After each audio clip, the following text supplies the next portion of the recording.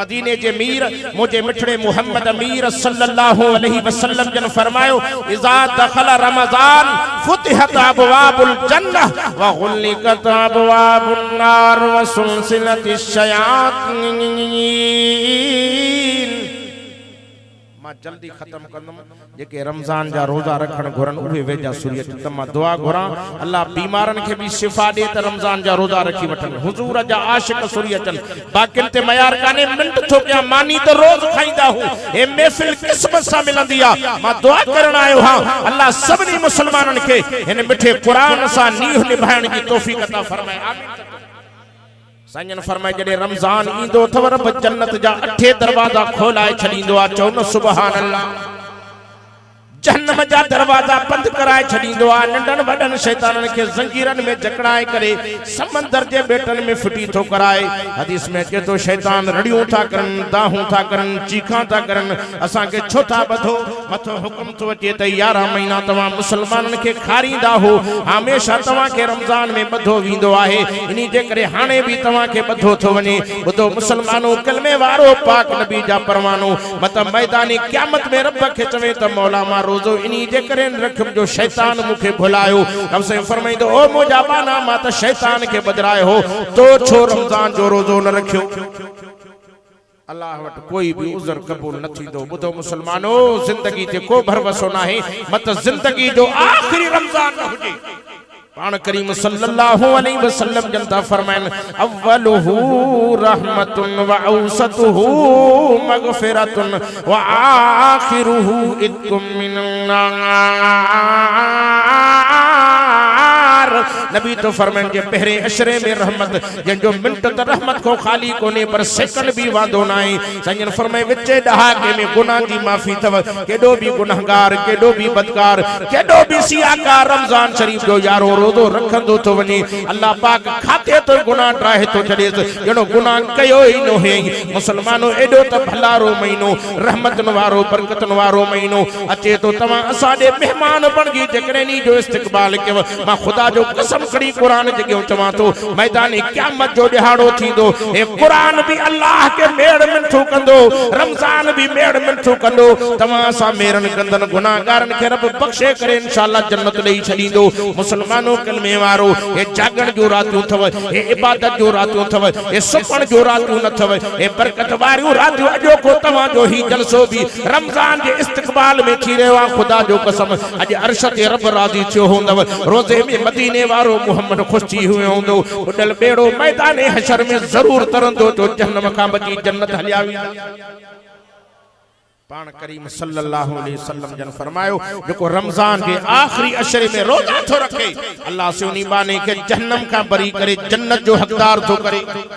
इनी जे करे मोजा अदा जिंदगी ते को भी भरवसो नाए मत सुभाणे मौत न थे अल्लाह जाने तो मौत मथो बीठी थी का खबर काने का। हाने 4-5 दिहाड़ा थिया हन मां लाड़काने जे पासे उते जलसे में वियम अज भी मां कुबे सईद खान बलोचिस्तान जे हुदूद में उते शादी जो जलसो हो। मुसलमानो खुदा जो कसम खणी अल्लाह जो नालो दई अर्ज थो कयाम बेली परचायो पंज रब रहमान के गुनाह जी माफी वठो। मुके जो से जन्यो पई वने शादी में तबला भी वजंदा पे वनन दोहल भी वजंदा पे वनन ओ तो गाड़ी कल्टी थी वई अल्लाह जाने तो जे घोटे क्वार त थडे ते मरी विया पर 17 मानू बिया भी मरी विया ए सजी जन्यो सजी जख्मी बनजी वई छोथा खुदा के नाराज क्यों बेली अल्लाह जो नालो तो मिठे रब के राजी क्यों जो को पूरी दुनिया जो खालिक है मालिक आ। रब तो फरमाए खुशू भी माडी दुआ तो गमू भी माडी दो। हां असा मुसलमान गम में अल्लाह के राजी कंदा हूं पर खुशी में रब रहमान के विसारे वेंदा हूं। इनी जे करे मुसलमानो शादी हुजे भी कुरान हुजे गमी हुजे भी कुरान हुजे असा जी वरी गमीअ में कुरान शादी जे मौके ते कुरान विसरी मुसलमानो खुदा जो नालो थव शादिन में भी कुरान हुजे त गमीअ में भी कुरान हुजे वो दिस त खुदा जी रहमत किए थी वसे। असा जी शादी जी पहरी रात के अंदर यो डिठो तो वने घोट क्वार के नमाज नसीब न थी थे पर जन भी बेनमाजन वो जने इनी घोट की शादी में वो केड़ी रहमत वसंदी केड़ी बरकत होंदी। खुदा जो कसम हुए जन्नू होंदी हूं जिन जन्नन में कुरान पढ़जे जिन जन जानी नमाजी हुजन घोट क्वार नमाजी हुजन वो उन जो असर खुदा जो कसम कोठ ते पवे शहर ते पवे खुदा जी रहमत जी बरसात को कियन उनन ते वसे। मुझे दिली दुआ है अल्लाह ताला सबनी के मुसलमानन के शादी ऐं गमी में रब रहमान के राजी करण जो मौको नसीब फरमाए आमीन। तो चो मां दिली दुआ करण आयो अल्लाह के राजी को पंजे रब रहमान के परचायो। जिंदगी 4 दी थी अधे विचारे कणक त पोखी त मुजी कणक लहंदी त मां छोकरे जी शादी भी कंदुम ही शे भी कंदुम पर अञा कणक मस तैयार थी पर अधे जी पोख पची वई तने भिटाई घोट छा तो चए के तो पखिन पोखी पोख पर पाण हुआ परदेसी लगी अहड़ी हीर जो पखी पकल पोख छड़े हलिया आया के तो पोढ़ो छो न सिज झूनी थी न जमीन पनियते खणी बिजोहारी दड़हारी भी हलिया आया के तो सुता उठी जाग निंड्र न कजे एतरी मत सुल्तानी सुहाग निंड्र कदे न मिले के तो शाखों वनी तू छो थियो बेली बेन जो वठ कंजक करीम जी जग जो वाली जो हाने सुखियो हूं तो सोच जो इश्क अल्लाह सा अदा कैसा इश्क रखजे अज जेके रब जा आशिक बणजण चाहता हो वायदा को त रमजान जा 30 रोजा रखना रोजेदार चंदो अल्लाह करे 30 रोजा छन बे रोजा चंदो अल्लाह करे 27 ते ईद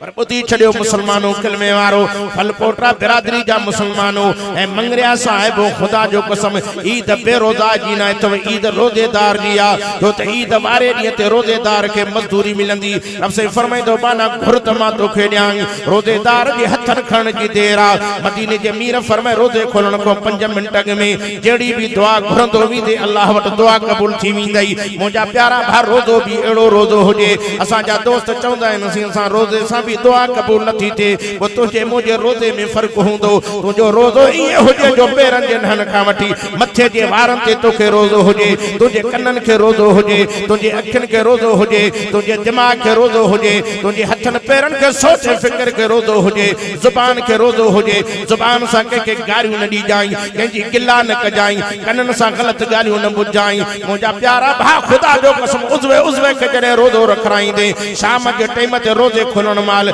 जेड़ी दुआ घुरंदो वींदे तुझे हथन खण के देर अल्लाह वट दुआ कबूल थियण जी देरी न थी रोजे सा गारियों फिलाणो हेड़ो पान जणो सजो खीर जो धोतला कंजी गिला न कजाई कंजी गीबत न कजाई के गार न दी जाई अगर तोखे को गार दे तो मुकाबले में गार न देस बाहू बंदी चवे सदा फलजा मुखे गारियों दे वरना मां भी इलाके खैरपुर जो आया तोखे भी गार दे सगा पियो पर मूसा इज्जत वारो मेहमान साणा जो मुखे हयात होते जंजी मुखे शर्म थी लगे थी ते उन जे सामो तोखे किए गार दिया वरना मां भी मुकाबले करण जड़ो हम खुदा जो कसम जने एड़ो रोजे जो एहतराम के खुदा जो कसम बुडल बेड़ो तरी पोंदई जन्नत का बची जन्नत हलियो जो एड़ो रोजो रखना ऐं लॻवियाती कमन को पान के बचाए जे सोच फिक्र के बचाए जे अखिन के भी रोजो कन्नन के भी रोजो हुजे ऐं कन्नन से सा बुधे त कुरान बुझाई अखिन का दिसे त सोहणो कुरान दिसाई मन क़यामत में ही कुरान शफाअत करे अचे तो मुझा प्यारा दोस्तों तवज्जो को टिके वायल करण जो शौक भी ना है पर तवा जी मोहब्बत तवा जे इखलास के दिसंदे डाडी खुशी थी आहे जो काफी मगरिब का वठी रात जा 12 थियण वारा हन मन तारीख बदल जी वने मन तारीख जो सवाब भी असा के अब 12 का पो तारीख मटजी वेंदी छो त तवा आयो 12 अप्रैल ते पो 13 भी शामिल चओ न सुभान अल्लाह अजीज दोस्तों चो तयो कबूलियत जो टाइम थव मन अल्लाह राजी थी पवे मन रब राजी थी पवे मन ही जहान भी सोनो थे तो हु जान भी सोनो थे बुधो खैरपुर मीरस जा मुसलमानो मदीने के मीर जा दीवानो अज कुरान के इंतजार में जको वक्त बैठा हो खुदा जो कसम तवा जो बेकार न थव दी क़यामत जो दिहाड़ो थींदो हे अल्लाह जो कुरान भी शफाअत कंदव ए इंशाअल्लाह ताला जे रमजान जा रोजा रखे रोजा भी शफाअत कंदव हदीस में तो क़यामत जो दिहाड़ो थींदो रब से फरमाइंदो बाना हल जहन्नम दे बानो रब सा काडो गालाइंदो हदीस में तो अखन मा गोड़ा थवन अज मा बेवार सो अब्बो भी वेजो न थो अचे अम्मा भी बेदार थी वई, घरवारी मुड़स का बेदार, मुड़स घरवारी का बेदार। एडो तो क़यामत जो हौलनाक दुखो डी होंदो। हदीस में अचे तो गिनती में बीठो आ, खबर तड़ी पई तो सजे पासे दो कुरान पहुंची वियो, खबे पासे दो रमजान पहुंची वियो, बाने दा गम हटी विया, दिल वडी थी वई। हदीस में अचे तो काल सियाम वल कुरान यशफान लिल अब्दी यौमुल क़ियामा। मुझे सोने हबीब नबियन के नबी फरमायो, अल्लाह से जी कावड़ वारी नजर बाने को हटी वई। रब से कुरान दे तके चवे तो ओ सोना कुरान के दे आयो आ, कुरान चवे तो अल्लाह मां हिन यार दे आयो आ, ओ रमजान तू कह दे जैसे मां भी हिन दे आयो आ। अल्लाह तो फरमाए कुरान वडो मुजरिम वडो दो यार या गुनाहगार आ, मां तो जहन्नम जो फैसलो कयो थमास। कुरान चवे तो रब मुझे हिन जे गुनाह सा वास्तो नाए, कुरान सा वास्तो नाए, हिन जी मूसा यारी ही दी जो मुखे पढ़ंदो हो, रात जो मुखे तरावीह की सूरत में भी हाफिज के पुठियों मुखे बुधंदो हो।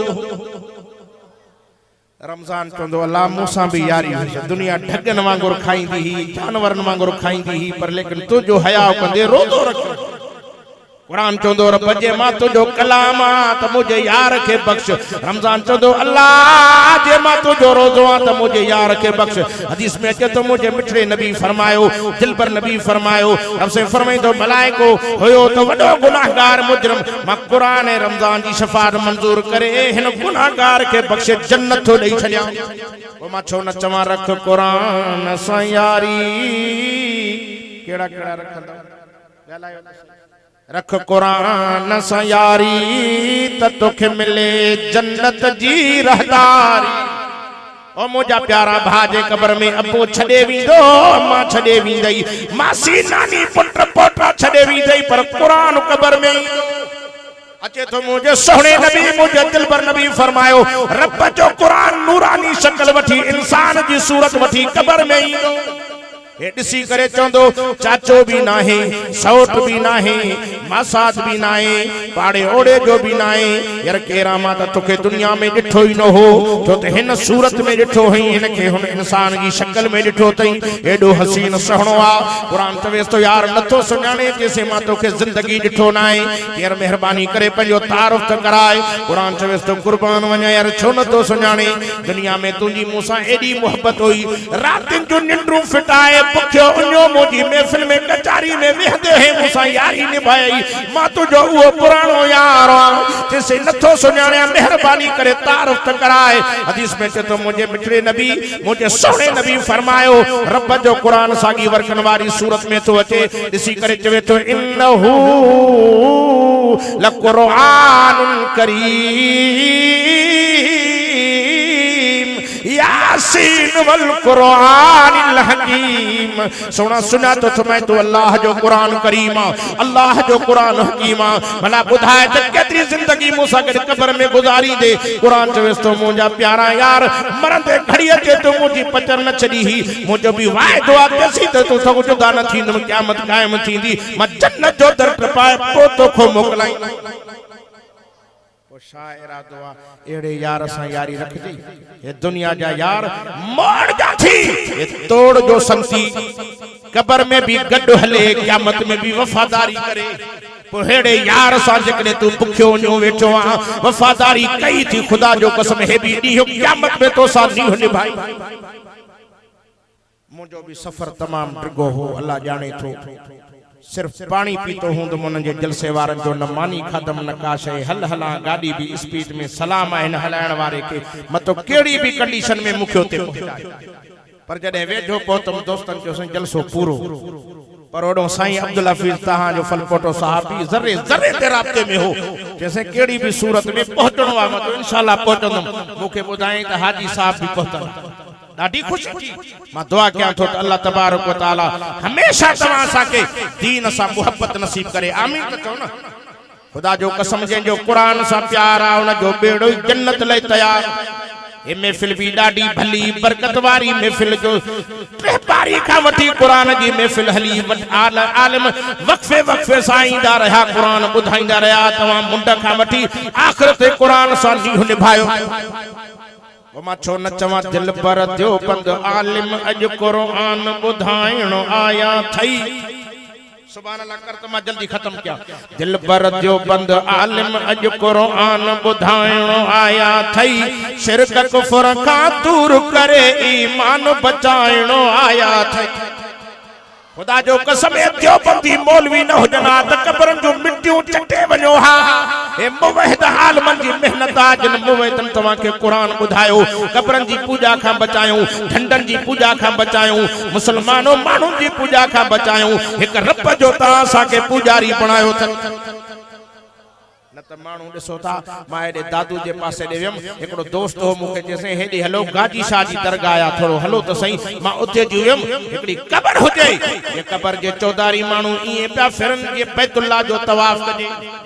मां उतो ॿारनि खां पुछा त कहिड़े बुज़ुर्ग जी क़बर आहे? उन्हनि चयोसीं बुज़ुर्ग कोन्हे, उठ जी क़बर आहे। मानू उठन जा पुजारी, कबरन जा पुजारी, ढंडन जा पुजारी। वाह जो बंदियो तवा झरखंड में कुरान बुधाए करे मुशरिकन के हजारन मुशरिकन के मुवहिद बनायो। जेतो बुधो बुधो कुरान हदीस ज़ोर जी मेंदी नाही। मानुन के झलन था नवन जो हिन के जलसे ते ए वहाबी थव, ए नबी के न मनींदा थव। मां अल्लाह जो कसम खणी चवा तो जो मिठड़े नबी के न मनियो ते लख लानत हुजन, जो नबी के सहाबा के न मनियो ते भी लख लानत हुजन। असा पाक नबी जा त दीवाना हूं, नबी के सहाबा जा भी परवाना हूं, अहल बैतन जा भी दीवाना हूं। अबू बकर साईं भी असा जे सिर जो साईं आ, सोहणो उमर भी असा जे मथे जो ताज आ, सोहणो उस्मान भी असा जे अखिन जो नूर आ, मुर्शिद अली तसा जी दिलन की धड़कना असा सबनी के मनीदा हूं। चईनी यारन जा भी परवाना हूं त पंजन तनन जा भी गुलाम है। वो मां छो न चवा अफजल है कुल जहां से नाना हुसैन का, सब नबियों का ताजदार है नाना हुसैन का। खुदा जो कसम हुसैन के नाने जड़ो नानो तो को दुनिया में दिखारे, अब्बे जड़ो अब्बो तो को दुनिया में दिखारे, अम्मा जड़ी अम्मा तो दुनिया में दिखारे। जंजी अम्मा फातिमा तो ज़हरा हुई, बाबो अलीउल मुर्तजा नानो मोहम्मद करीम। जंजी अम्मा चकी हलाए तो कुरान थी पढ़े यासीन वल कुरानिल हकीम इन्नका लमिनल मुरसलीन। अटो थी गोए पढ़े थी अर्रहमान अल्लमल कुरान खलकल इंसान अल्लमहुल बयान। हुसैन से जो झूलो थी झुलाए, पीगो थी हलाए पर जुबान बंद नाए। पढ़े थी या अय्युहल मुज़म्मिलु कुमिल लैला इल्ला कलीलन निस्फहु अविल कुस्मिलहु कलीला औ ज़िद अलैहि वरत्तिलिल कुरान तरतीला। शामन घराने की तारीफ बयान क्या। खुदा जो कसम यो घरानो वडे शान मान वारो थव, यो घरानो वडी इज्जत वारो थव। जेका पाक मोहम्मद अरबी जी न्याणी अम्मा फातिमा मुसलमानो कलमे वारो, जंजो शोहर अलीउल मुर्तजा मा घोर वञा सोने अली जे नाले ता। अल्लाह जाने तो अली अलिया तो शेर जली हक जो वली, असा मुसलमानन जो अली इमाम आ, जो अली के न मने चो वडे में वडो बेईमान। अली नमाजी हो, जो अली नमाजी हो, अली तहज्जुद गुजार हो, अली हाजी हो, अली गाजी हो, अली मुजाहिद हो। जे पाक अलीउल मुर्तजा जी नमाज दिस, खुदा जो कसम जिनके बच्चन जी नमाज ता दिस। अब्बो भी अब्बो आ तो बच्चा भी बच्चा है। पाक नबी जे प्यारे शहजादे हुसैन करबला में 72 कोहाए भी नमाज न छड़िया। अज मां दुआ करन आयो अल्लाह सा के भी नमाज जी पाबंदी नसीब करे। ओ सोहणो अली असा जा दोस्त पुछे जैसे दुआ तो घुरऊं, दुआ कबूल ही नथी थी, ओ असा वारी नमाज में फर्क हुंदो। मां सदके वञा अली जी नमाज ता। साहब फरमाए त सोहणे अली के काफरन तीर हया हन, नेजा हया हन। असा पुठी मुबारक कढूं था पर अली के तकलीफ पे थे। उन जमाने में डॉक्टरू न हुयूं, सर्जरू न हुयूं। साहब फरमाए त कढूं था त मुर्शिद अली के तकलीफ पे थे। सोहणे अली फरमाए छडियो छडियो छडियो, तकलीफ थी थे मुखे छडियो त मां बरकातू नफिल पढ़ा पो कढजो।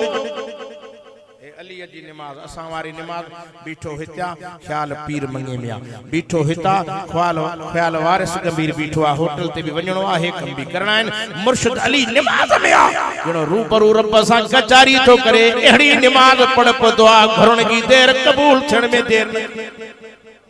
आलमन लिखियो आ त सूरत फातिहा जो 7 आयतूं हिन। घणियूं सत जड़े नमाजी नमाज में बीए तो पढ़े तो अल्हम्दुलिल्लाहि रब्बिल आलमीन जणो पहिरियों आसमान टपी वियो बी आयत पढ़े बियो आसमान टी आयत पढ़े टियों आसमान एड़े नमूने असा सत आयतूं पूरियूं कई जणो सत आसमान क्रॉस करे यो नमाजी रब जी झोली में सजदो तो करे हाने जड़ी दुआ घुरंदो वींदो अल्लाह वट दुआ कबूल थी असा वारी नमाज मच्छर भी नमाज में मारी एड़ी नमाज जी केड़ी परवाह साहब फरमान त सोनो अली नमाज में बीठो असा पाक अली जे पुठे मुबारक को तीर कढया से पर जरे जो सुसराट भी न सलाम मरायो पूछा था फरमान छो न कढया साहब जो अली सब तीर निकरी आइन हे दिसो ता रत जमीन ते पया कहां जे जिस्म मो निकलिया अली तो फरमाए कसम अल्लाह जो मुझके मच्छर जे चक्कर जेतरो ईजा भी ना आयो है मुर्शिद अली जी नमाज आ सोने हुसैन जे अब्बे जी नमाज आहे पाक नबी इमामुल अंबिया जे प्यारे सोट नबी जे न्याणे अली मुर्तजा जी नमाज दुआ है त अल्लाह असा के भी एड़ो नमाजी करे आमीन त चो न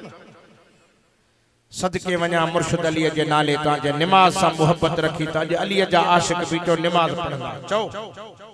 अचे तो रमजान नेकिन कमाइण जो सीजन जो महीनो आ कदी तवा वट खारकन जी सोहारन जी सीजन आ अंबन जी सीजन आ पर रमजान मोमिन मुसलमान जला नेकिन कमाइण जो सीजन जो महीनो साईं फरमायो नफिल पढ़े त फर्ज जो सवाब सुभान अल्लाह कर तो मां कुर्सी के छड़िया पान करीम ने फरमायो जो को फर्ज पढ़े त 70 फर्ज जो सवाब चओ न सुभान अल्लाह तहां जे सुभान अल्लाह जो आवाज एतरो परे भली न वने पर पीर मंगे तई वने ता पीर मंगे वारन के भी खबर पवे त मुस्तफा करीम जा आशिक रमजान शरीफ जा परवाना रात जो 12 बजे ते भी वेही करे अल्लाह अल्लाह जे रसूल जो गालियूं ता अचो मुसलमानों मत जिंदगी जी आखिरी रात न हुजे मत जिंदगी जो आखिरी वाद न हुजे थी सके तो 15 शाबान ते इजराइल असा जी लिस्ट कटे वियो हुजे मत डी थोड़ा मौत जी तैयारी क्यों कब्र की तैयारी क्यों गुनाह का माफी वठो तौबा ताइब तरी फरमाया अय्युहल्लज़ीना आमनू तूबू इलल्लाहि तौबतन नसूहा रब से फरमाए तो ए ईमान वारो पक्की तौबा करे मुझे दर्दी जो राजी करे जन्नत दिया शायरा दुआ तौबा कजे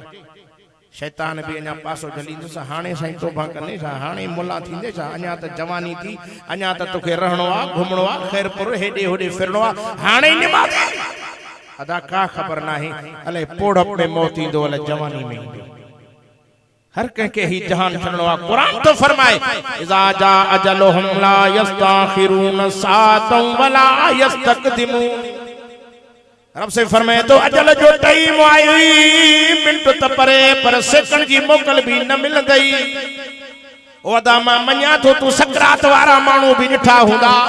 अब्बे जी सकरात चाचे जी सकरात मामे जी सकरात मथो बीठो आ अब्बे जे अखिन मा पानी वहे तो अब्बे के गालाण जी ताकत ना है अम्मा जे मथो बीठो आ अम्मा जी जुबान सुकी वई बात खुले नथो गालाण जी हिम्मत कोने का ई तके तो जवान कमरे में पेवा बंगलन जो मालिक हो बन्नन जो मालिक हो करोड़न जो मालिक हो अखिन मा गोड़ा थवन जान मा दुनिया के छजम घरवारी बेवा बणजी वींदी बच्चा यतीम बणजी वींदा बच्चा अब्बा अब्बा करे के सडीदा वो जमानो असा से भी दो ए पानी समझी तो वने कुरान तो फरमाए कल्ला इजा बलगत तराकिया वकील मन राक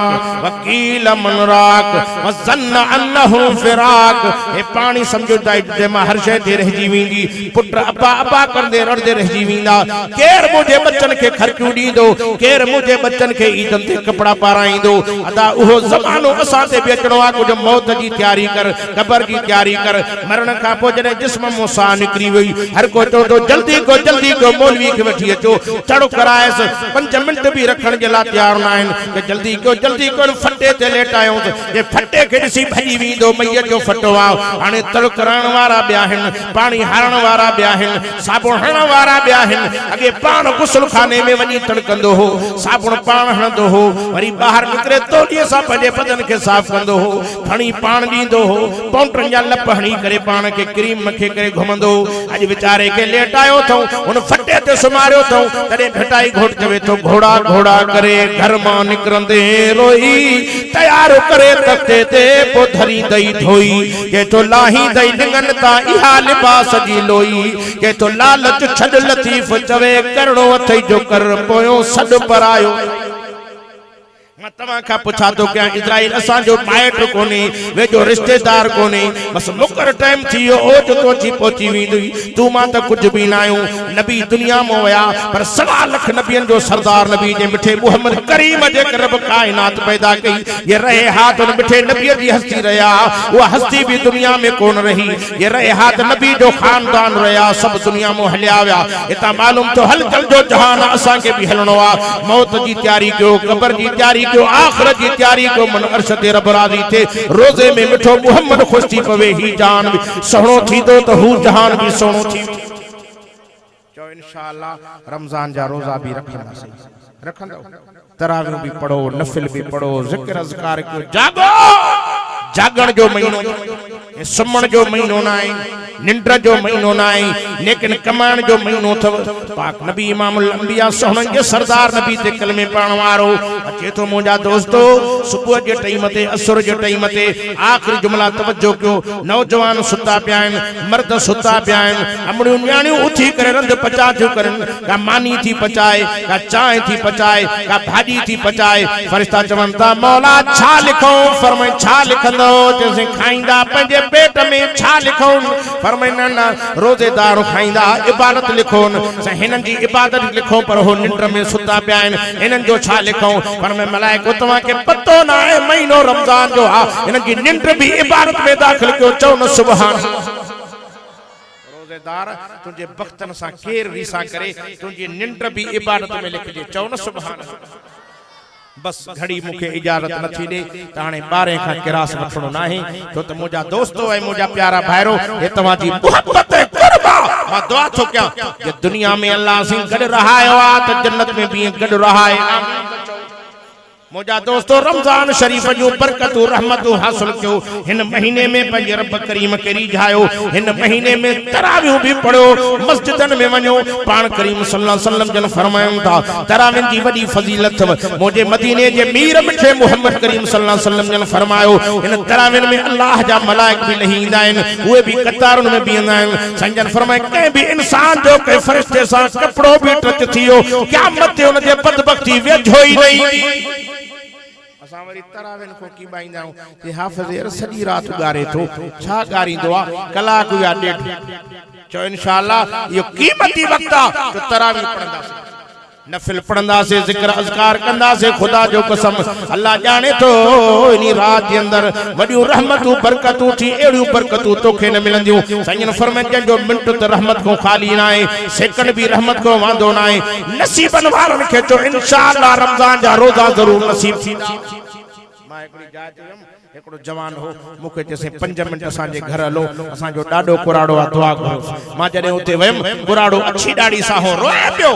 मुखे चे मौलाना 100 साल को मेरे टपी वई आ पर जिंदगी में याद ना है जो रोजो कज़ा थियो हुजे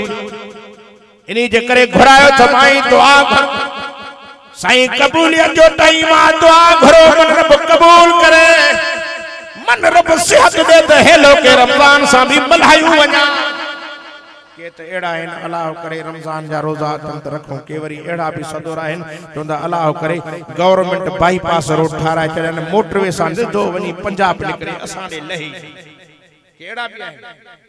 के त चवंदा अल्लाह जी रहमत आ बरकत आ सखावत भी कयूं रोजेदारन के रोजा भी रखरायूं त खोलायूं भी नबी से फरमाए जो रोजेदार के रोजो तो खोलाए त रोजे जो सवाब आ सहाबी जो या रसूल अल्लाह रोजे खोलाण की के ताकत न होजे ढाव करे खराण की ताकत न होजे वो त महरूम थी विंदो साईं फरमाए मां इए नथो चवां के ढाव करे रोजो खोलायो फरमाए खारक जो ताणो होजे साईं मला खारक न होजे पो फरमाए खीर जो ढुकड़ो होजे लस्सी जो ढुकड़ो होजे शरबत जो ढुकड़ो होजे साहबा जो से ये शयूं न हुजन पो फरमाए फिके पानी सा रोजेदार के रोजो खोलाइंदो तो भी रोजे जो सवाब मिली चो इंशाअल्लाह रोजा रखंदासीं खुदा जो कसम रमजान एडो भलारो महीनो वो 11 महीना तवाजी मस्जिद में को मानी न खणी इंदो हुंदो रमजान शरीफ एडो भलारो असांजी अद्दी असांजी भेण असांजी अम्मड़ मानी बचाईंदी चोंदी पहिरी मानी मस्जिद दे खड़ी वञो रोजेदार रोजो खोलींदो रब असांजा दर्जा सखी महीनो आ संजन फरमान ता युजादु फीहि रिज़्कुल मोमिन अल्लाह से इन महीने में मोमिन जे रिज़्क खे कुशादो करे छड़ींदो आ संजन फरमाए शहरु सब्र ए सब्र जो महीनो थव इन महीने में सब्र सा गुजारियो ऐं संजन फरमान ता मुझे मिठे मोहम्मद मीर फरमायो पाक इमाम लंबिया फरमाए शहरु नज़ीम फरमाए वडो महीनो आ साहबा जो या रसूल अल्लाह सल्लल्लाहु अलैहि वसल्लम वडो कीअं बेन महीनन में 30 डी हिन में 35 40 फरमाए ना ना डी सागिया है पर इज्जत में छो त हिन महीने में कुरान जो नुज़ूल भी थियो आ मुझी दिली दुआ है अल्लाह ताला हिन रमजान शरीफ जो कदर नसीब अता फरमाए।